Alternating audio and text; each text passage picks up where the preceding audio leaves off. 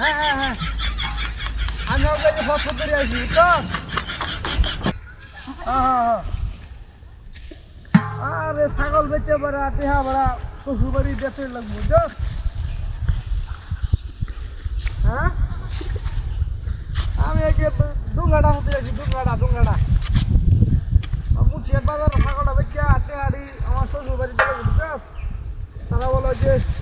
বলে বিরিয়ানি ভাগ করে খাইব ছাগল ধরতাম আর না তারা ছাগলের গুস্তুটা বিরিয়ানি খাইছো না তারা বলে যে গরুর গুস্তুটা বিরিয়ানি খাইব আইয়ো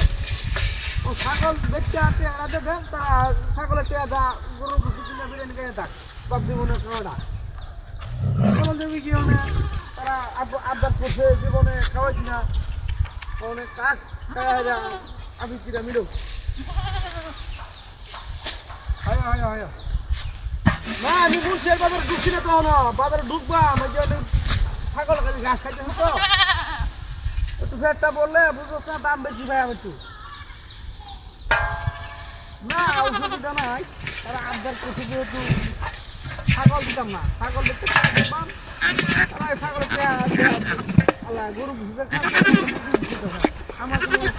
আপত্তি নাই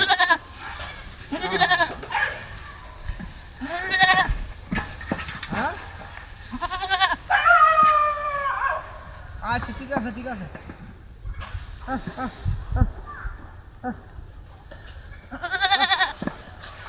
হ্যাঁ আরে বেড আরে আমার ছাগলে দিয়া আমি যা ছাগলে দেখতে দাম কম করে চলবা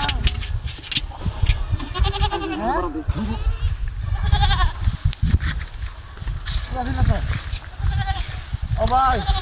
বাজার দেখুন বা বাজার ধরে যে বাজার ইন্দা হ্যাঁ বাজার যাই ধন্যবাদ আমি আসছি আচ্ছা ঠিক আছে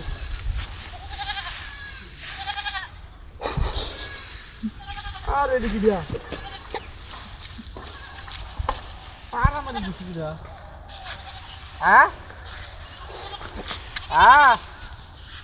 আরে অসুবিধা নাই বেটা ছাগল বেচে শ্বশুর বাড়িতে আছে বাপ এরা বিরিয়ানি খাইব বলে বিরিয়ানি খাক মানে কি আমি ঠিক করছে গরু কুস্তুতে তারা বিরিয়ানি খাইব আমার কোনো আপত্তি নাই খাক তারা